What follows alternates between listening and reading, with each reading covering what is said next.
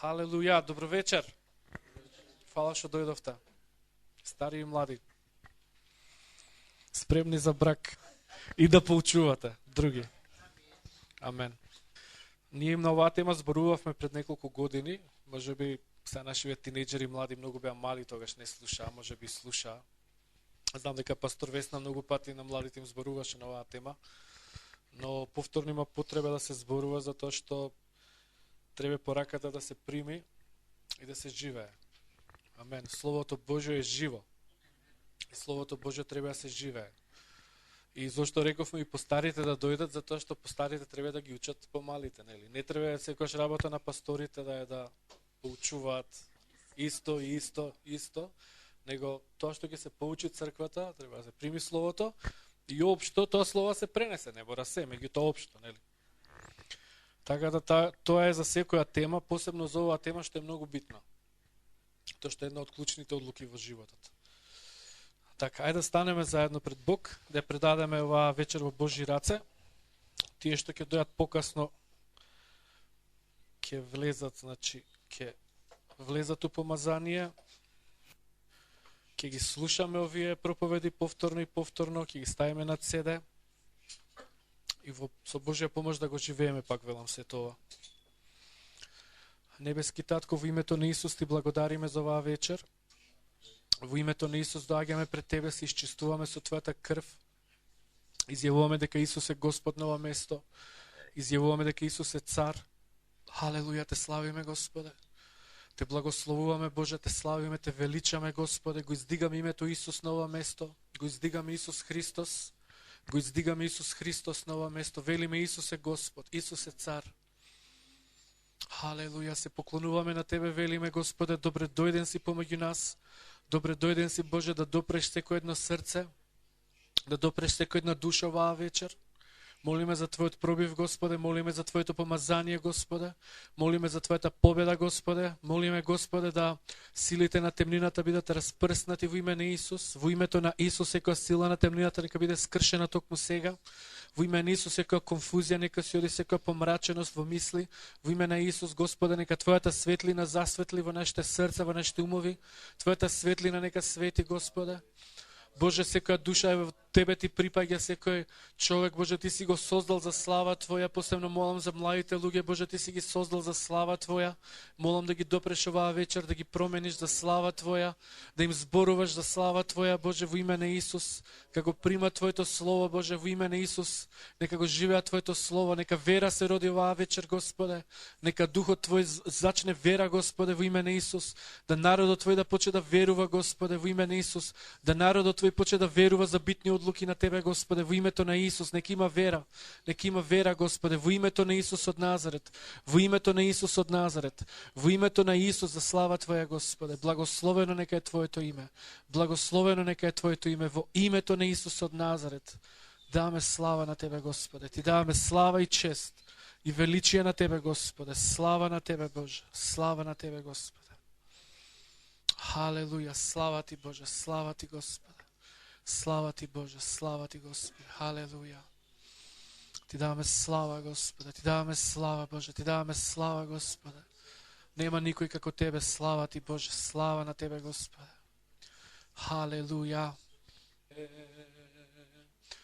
Фала Ти за силата во Твојата крв, Господи Исусе, фала за Твојата заштита, фала Ти за чистота во духот, за чистота во мисли, во срце. Фала Ти што ни даваш понизност оваа вечер. Ај заедно да се молиме, повторувате по мене. Господи Исусе, доаѓам пред Тебе и Те молам, зборувај ми оваа вечер. Допри го моето срце. Помогни ми, Господе, да се оженам со нешто од Тебе. Помогни ми, Господе. Избирам Твојата волја. Го избирам Твојот план за мојот живот. Ти си Господ. Ти си Цар. И Те молам, помогни ми да бидам послушен на Тебе во сите мои одлуки. Затоа што Твојата волја е најдобра за мојот живот. Твојата волја е најдобра за мојот живот. Во името на Исус. Амен. Амен. Господ нека ја благослови. Амен. Добро вечер. Додека повторувавме, јас ова го повторував, да се омажам, да се оженам. И го повторував во вера за две девојчиња.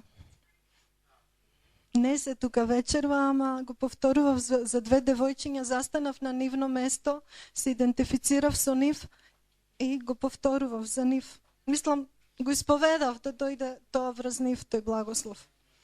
Амен, нека биде, нели? Амен. Така да ако ме слушнавте да повторувам, да се омажам, оженам, тоа беше тоа. Не, јас се надевам вечерва на вас, дека ова што ќе биде зборувано, дека ќе го примите. Мило ми е што се тука некои од девојчињата, кои што долго време ги немам видено, само на Фејсбук еве, некои од нив. Така да, тоа е за нив, мислам за сите, за цела црква, за вас, али пред се за младите. Значи не е битно дали имате внуци, внуки, не е битно, вие имате млади луѓе покрај вас. Учете ги. Не е битно дали ви се роднини, не ви се роднини. Учете ги. Тоа ни е одговорност. Јас на крај крајева ова моја одговорност е као човечки не го правам ова, не го верувам дека треба да го правам, затоа што тоа е Бог сака едноставно да се жениме и мажиме на начин на кој што нему е угодно, по Божја волја. Се на почеток ќе почнам од утврдите кои што постојат за брак. Ќе почнам, например, еве за ромите, па и за македонците. Еве за македонците ќе кажам утврда, една од големите утврди кои што зошто македонците као име утврда за да се омажат, да се оженат, се годините. Например, кога се млади, на 18, 19, 20 години, викат, не сакам јас да се мажам, не сакам јас да се женам, сум го чула тоа, кој знае колку пати. Мислам, изјава, не бе, аз не икем да се мажам сега, не икем да се женам сега, на 20 години. После 2 години, одеднаш ги гледаш тие истите, што пред 2 години зборувале, не икем да се мажам, не икем да се женам, во очај. Идат во црква и во очај, зошто го нема мојот маж, зошто го нема мојата жена? И као во очај се. Зошто е сето тоа така? Затоа што тие исти, кои што дошле со ставови од светот и во црквата дошле, таквиот став го носат во црквата. Не икем да се мажам, не икем да се женам до 30 години. И сега почнат да слушаат предавања, почнат да слушаат дека бракот може да биде убава работа. Затоа што во светот е лоша работа бракот горе-доле. Така се гледа на тоа. Се гледа дека брачниот партнер ќе те искористи, те злоупотребува, вака, така и затоа викат не се мажам. И одеднаш кога ќе сватат дека е убаво да си во брак, ќе помина 2 години и одеднаш се во очај. Зошто го нема мажот жената? Смешно е, нели? Тоа е утврда кај македонците дека на до 30 години да не се мажот жената. Тој се уште постои, голема утврда. До 30 години не смеат они да се мажат женат, треба животот да го проживеат. Тоа е апсурд. Тоа е смешно. Сакам да ви кажам, еве таа утврда не е од Бог. Ке се мажеш, ке се жениш кога е Божја волја.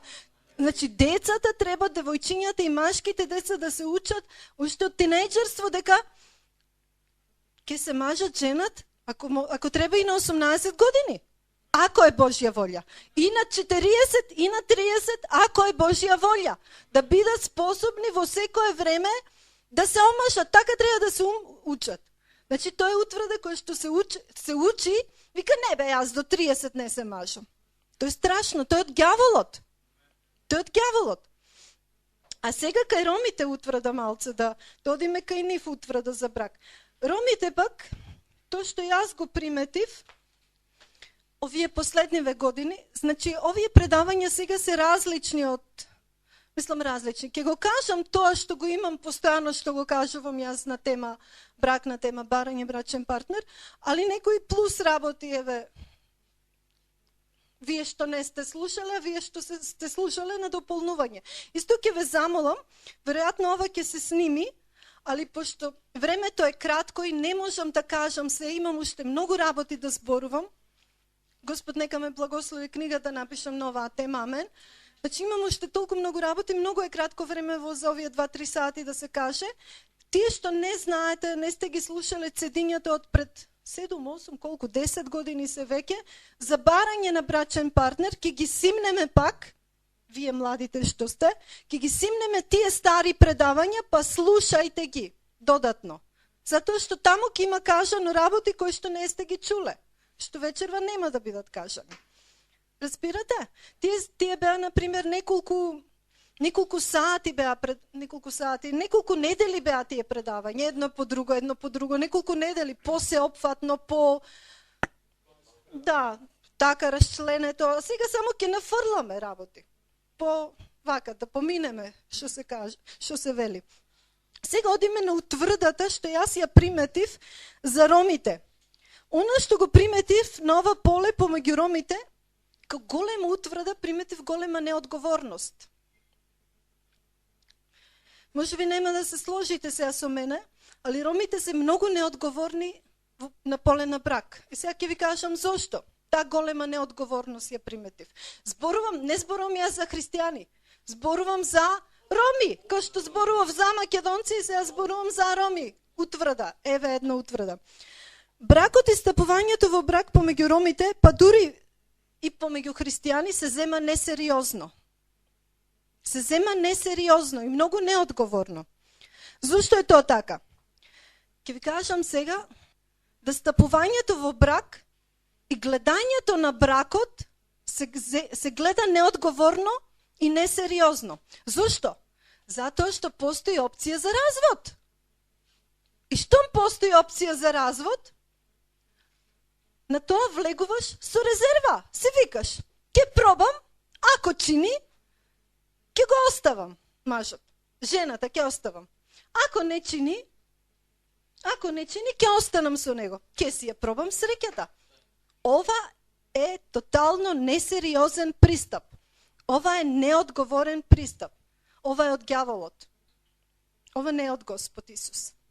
Вакво гледање на бракот не е од Господ Исус Христос. Многу е редок примерот на само еден брак помеѓу ромите. Многу ретко. Па дури и помеѓу христијани, за жал. А тоа не треба да биде така. И затоа сега сум тука, таа утврда да ја скршиме, то такво гледање несериозно на бракот, такво пристапување што е проклетство. Значи, ромите сами се вовлекуваат со повеќе брака, со повеќе склучување на бракови се вовлекуваат во проклетства. И после нема ова, нема она, па нема.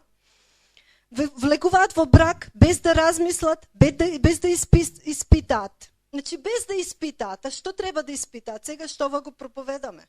Значи, да го испитаат тоа што ќе го проповедаме. Дали тоа е за тебе, дали таа е за тебе и целиот овој процес. А не, тоа е од мене, за мене и готово, ќе се мажам, ќе се женам. Значи, влегуваат неодговорно во се това, имајќи ја опцијата да се разведат ако не им чини, ако не им е погодено. Значи, пак ќе повторам, самата опција, самиот став, штом ти имаш нешто, ќе пробам, па ако не чини, ќе се разведам, тоа не е од Господ. Тоа не е од Господ. Ти не смееш така како христијанин да влезеш во брак. Со резерва. Тоа е од ѓаволот. Ти влегуваш во брак со цело срце. Со овој човек јас ќе го поминам животот до смрт. Со оваа жена јас ќе го поминам животот до смрт. Ама за да биде така, ти мора овој процес сега што ќе проповедам некои точки да го поминеш, за да си сигурен дека таа е таа за тебе, за да ти си сигурна дека тоа е тој за тебе.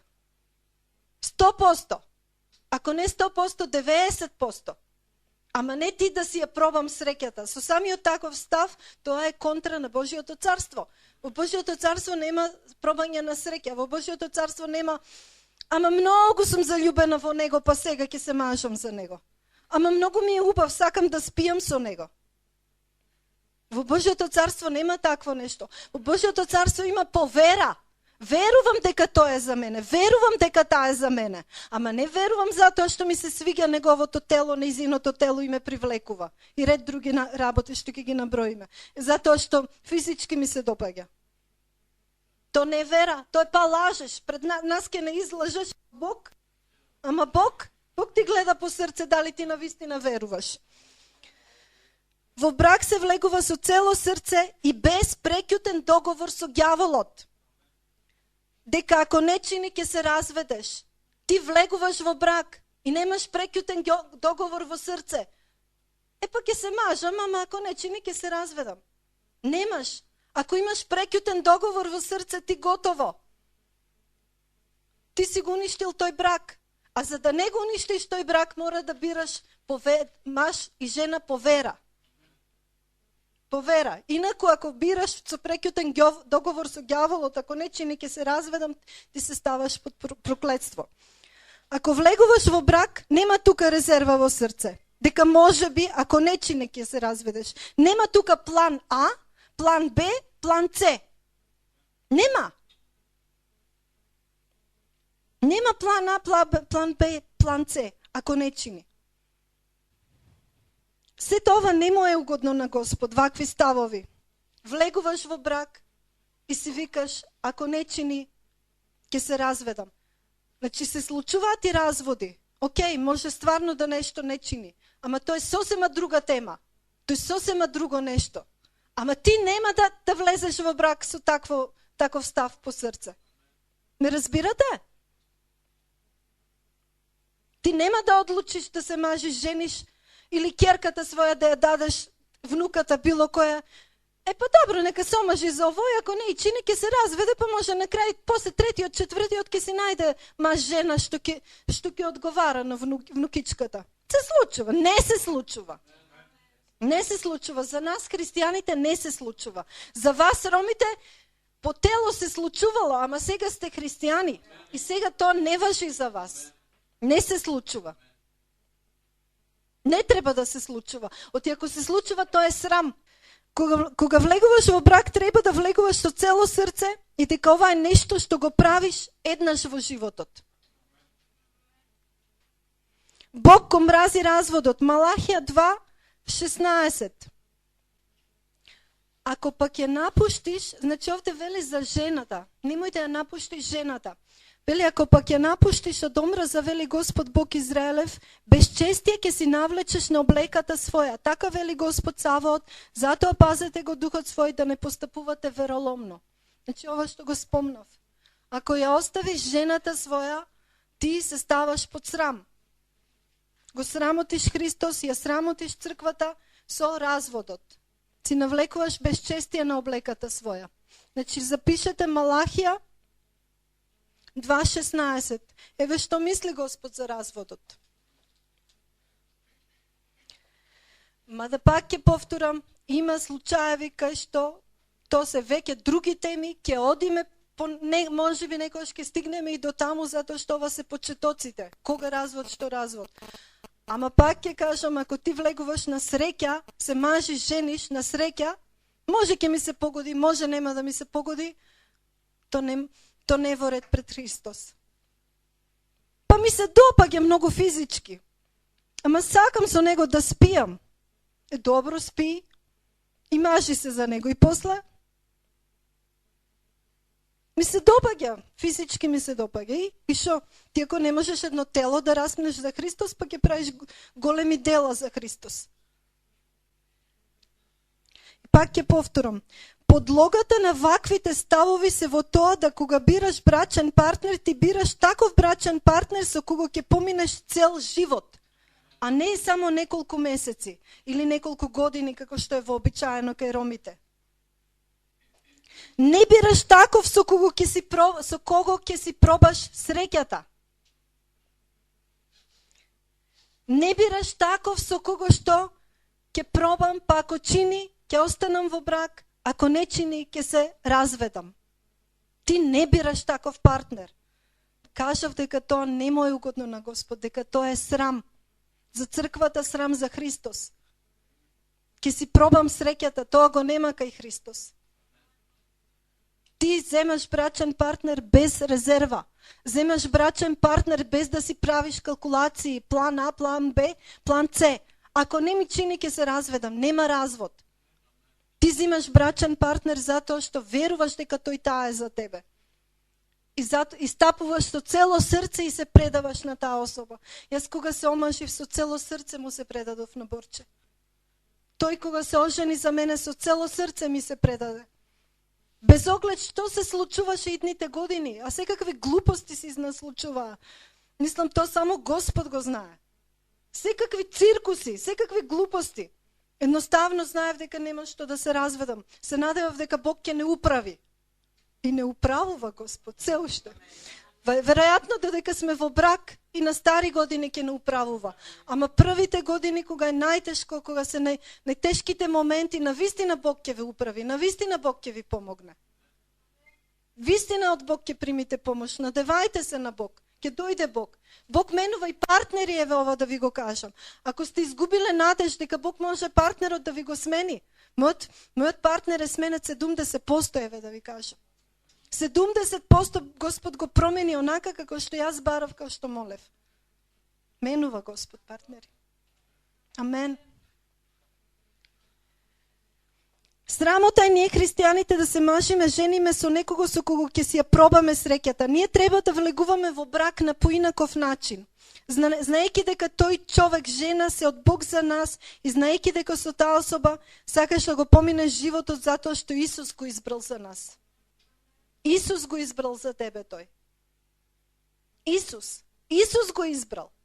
Најдоброто го нашол на овој свет и ти го дал. Значи Исус го избрал за тебе. И ти мораш да го прифатиш. Мислам, мораш. Не мораш. Можеш и да го одбиеш. Можеш друг маж да си земеш жена. Али ќе си сносиш одговорност. Тука уште на светот ќе си сносиш одговорност затоа што си одбила Божи поклон. Како што реков, во исламот е вообичаено да човек има повеќе брака, да маж има повеќе жени, например. Тој во некој земји е во ред. А и Божјата замисла не беше таква. Ако беше Божјата замисла таква, Бог ќе создадеше еден Адам и 10 Еви. Не беше Божјата замисла еден маж и 10 жени. Маж и жена другарство, маж и жена заедништво, маж и жена дружење, маж и жена прават заедно, се надополнуваат. Тоа што мажот го има, жената го нема и обратно. Она што жената го има, мажот го нема, се надополнуваат. Брак создаден како симбиоза, заедница за обострана корист на двајцата. Се корист, лош збор, ама двајцата имаат од тоа полза, благослов. Симбиоза го кажав, ми текна биологија како животните и самата дефиниција, пошто сум по тоа бев по биологија, по медицина и затоа така се изразив. Симбиоза. Дефиницијата за симбиоза е тоа. Две единки со заедничка корист се здружуваат. Симбиоза. Мислам не. Да. А паразитизам е заедница, ама на корист на едниот. Бракот не е паразитизам и не треба да е паразитизам. Ако е некаде паразитизам, значи не е во ред. Само на корист на едниот. Мислам, лош збор, ме разбирате што кажувам. Биолошки се изразувам. Вие учите биологија, знаете што зборувам, нели? Да. Ова е 100% на Словото, зошто Исус ни вели за бракот и посветеноста и чистотата на бракот. Матеј 19:8.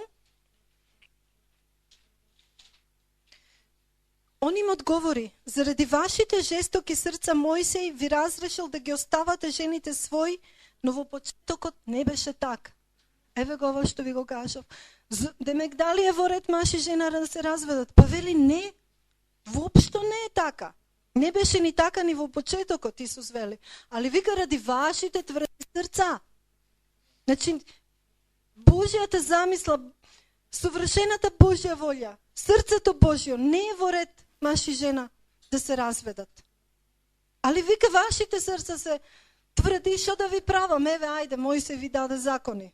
Некои си таму, за Стариот Завет. А ние христијаните ги едноставно Христос ги поништи тие закони. И ние, нели, христијаните сме во длабочина во Словото, подлабоки сме од евреите, така? И па ако сме подлабоки, ако имаме повеќе љубов, ако имаме повеќе вера во срцето, тогаш зошто се разведуваме? Статистички, знаете ли дека во светот е ист бројот на христијани во развод и христијани, мислам и светски луѓе? Исти е. Срамота. Не е тоа срамота? И после ќе одиме, ќе излеземе, ќе сведочиме за Христос, ќе шириме Царство Божјо. Какво царство? Какви чуда? Какви чуда? Кажете ми дали тука ќе може да има чуда? Може би само чудо на спојување, да се спојат мажот и жената, што и тоа е чудо.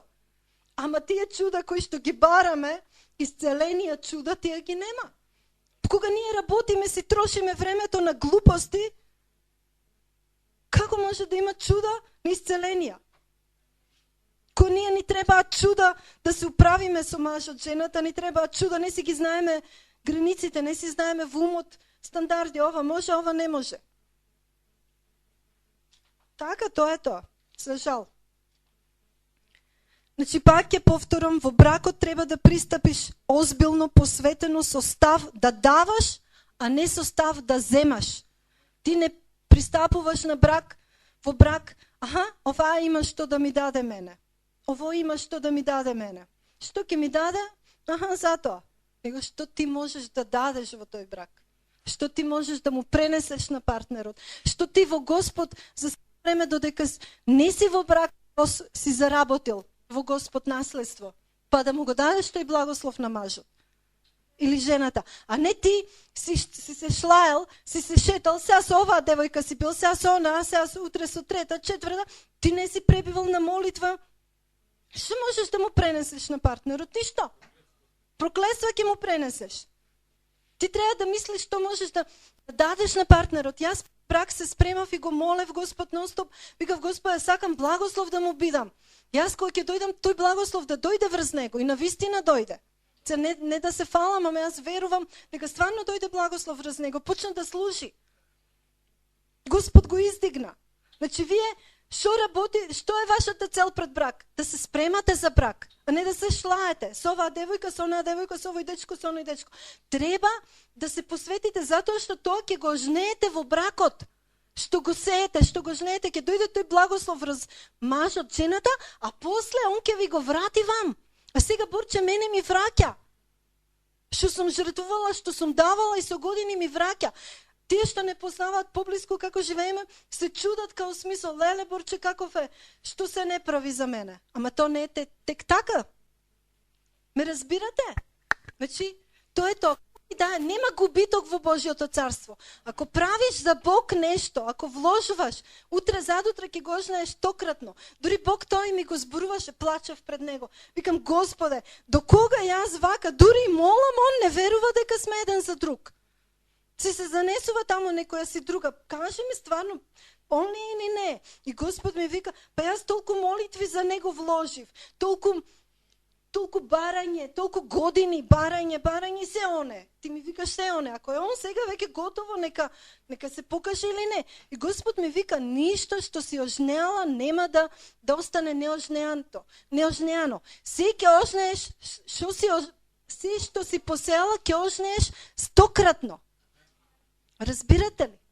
Се што си посеала во духот ќе ожнееш стократно за било што, а не само за мажот. Оти Господ, тоа е тоа, ако ние ги жнееме лошите работи што сме ги посеале на оваа земја, а колку пак тек добрите што сме ги посеале? Не губете надеж дека добрите работи нема да ги ожнеете на оваа земја, ќе ги ожнеете. Не губете надеж, правете добро. Пак ќе повторам, ако влегуваш во брак, нема тука резерва во срце дека можеби ако не чини ќе се разведеш. Нема тука план А, план Б, план С. Ќе повторам некои негативни ставови со кои што се влегува во брак. Ако пристапуваш на бракот, бираш партнер, само и само да не си сам. Ти никако не треба да избереш партнер, само и само да не си сам. Ако треба цел живот ќе бидеш сам за Христос, ако не веруваш дека таа е таа за тебе или тој е тој за тебе. Ако не се појавил, не се појавил. Од кај знаеш, цел живот може Бог сака баш таков да си и така да служиш. И може би на 60 години Бог ќе ти даде и 2-3 години ќе преживеете заедно, или 5 или 10 може би. И тоа ќе биде комплетно и полнота ќе има. Него ли ти тие 50-60 години да си се бафтал, да си се карал, да си се расправал, да ова, да она со... И нема плод во сето тоа. Нема крај. Кавгите немаат крај. Да се убедуваш, вака е, така е, онака е. Нема крај тоа. Никога во ништо не можеш да убедиш. Кога не сака некој, кога не го бара Бог. Второ, никако не треба да се омажиш, ожениш за да си ја пробаш среќата. Може би и ќе се разведеш, никако. Таков став никако. Ти прават притисок од дома и ќе се омажиш за било кого, никако. Се мажиш жениш затоа што физички те привлекува, сакаш да спиеш со него, со неа, никако. Им се допаѓа на твоите родители, на твоите другари, или пак на твоите земски родители им се допаѓа. Никако. То не е првата причина поради која што се жениш, мажиш за таа особа. Има образование какво што ти сакаш, материјален статус по кој што ти копнеш. Никако. То не е причината поради која што се мажиш, жениш. Ти треба да се омажиш, ожениш, затоа што бараш брачен партнер од Бог. Еве ја причината поради која што треба да се омажиш, ожениш. Сега ќе ви ја кажам. Ти треба да се омажиш, ожениш као христијанин со брачен партнер со кого што ќе донесете повеќе плод на земјата за Христос. Тоа е единствената причина поради која што ти треба да се омажиш, ожениш. Ако ти не носиш плод со брачниот партнер тука на земјата за Христос, избриши го тоа. Целта за брак не е сексуални односи. Тоа е само дел од бракот, али не е прва цел. Тој дел од бракот. Му припаѓа на бракот, таа интима, таа светост. Али целта број 1 е да донесеш плод на земјата за Христос. Као што реков, во заедница, разговараат, комуницираат, се надополнуваат и сето тоа за Бог. Затоа треба да избереш брачен партнер, сега одиме на следното, затоа треба да избереш брачен партнер кој што е христијанин. Затоа ти не треба да избереш неверник. Оти што има заедничко? Темнината со светлината, така вели Словото. Темнината нема ништо заедничко со светлината. Како може во брак тогаш? Со тој човек ќе спиеш, исламиста некој си, муслиманин, муслиманка, ќе спиеш, ќе стануваш, ќе делиш постела, ќе разговарате на интимните, најсветите места, најсветите тајни, ќе ги откриваш на таа особа. Не можеш, нема да си комплетен. Ќе ти фали секогаш нешто, затоа што го нема Христос. Нема да си исполнет и затоа ќе се разведеш. Затоа сега слушај па да не се разведеш. Фала. Што вели изреки 3:6? Барај го в Бог во се што правиш и тој ќе ти покаже твоите патеки. Така беше, нели? Патеката по која што да одиш. И ти ако го бараш Бог во се што правиш, изреки 3:6, во се што правиш, Бог ќе ти покаже по кој пат да одиш, за да си најдеш брачен партнер. По кој пат? Сега тоа по кој пат е? Како да се молиш може да биде. Може визија ќе ти даде каква е. Може ќе ти пресели Бог, ќе те однесе на друго место, на конференција, може би било како. Нешто да правиш во друга земја, или па него ќе го доведе од друга земја тука, не изе. Како и да е, Бог, ако ти го бараш Бог, Христос, ако ти е на прво место, Бог ќе ти покаже патот до партнерот, до брачниот партнер, до дечкото, до девојката. Значи, првенствено треба да сте посветени на Бог. Одење редовно на служби, слушање на Словото, слушате млади. Бог нема да ви даде брачен партнер од небо, ако вие не вложите во тоа. Нема да падне од небо тој. Значи мора да вложите во себе си, во својот карактер за Христос, за да тој ве награди. Тука на земјата. Добар брачен партнер побожен е награда. Тоа е нешто што се гледа ти што си правил во минатото. Си се молел, како си се молел. Затоа јас викам чудо е тоа. Бог ти одговара на твоето чудо. А не па да е проповедник или не знам што. Тоа е голема награда ти да добиеш таков маж, жена. Побожен човек. Треба да вложиш како што се вложува во образованието. Па еден ден имаш работа поради тоа образование, така треба во духот да вложиш. Ако вложиш во духот, така еден ден ќе имаш маж, жена, побожни. Иначе, за било кој можеш да се омажиш, ожениш ако излезеш на светот. Во светот, нели? Ке те види убава, ке видиш убав, готово, се зимате. Ама не е тоа целта што зборуваме вечерва на бракот. Значи, треба да вложиш во својот дух, во своето духовно образование. Како вложуваш во телесното, треба и во духовното. А за тоа треба месеци, години. То не се случува тек така. Не паѓа од небо.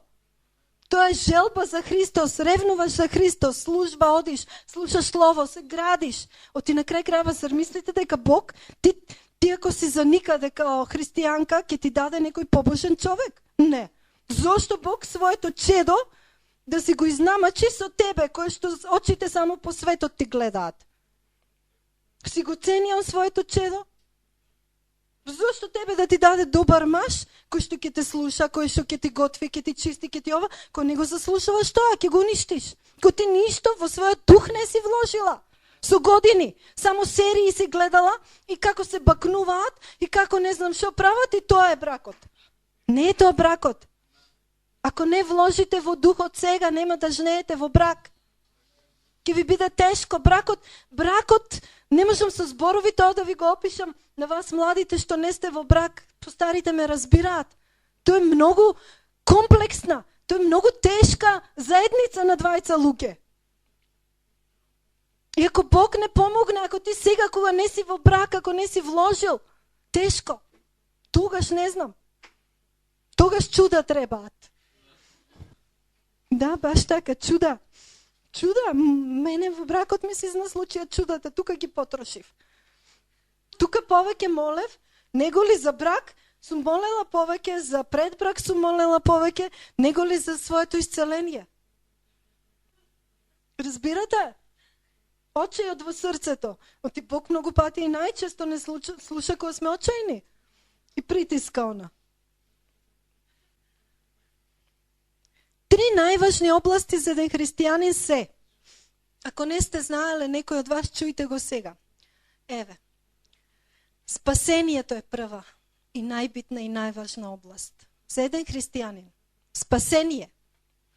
Да верува во Христос, да се спаси. Второ, во која црква оди? Во која црква одиш?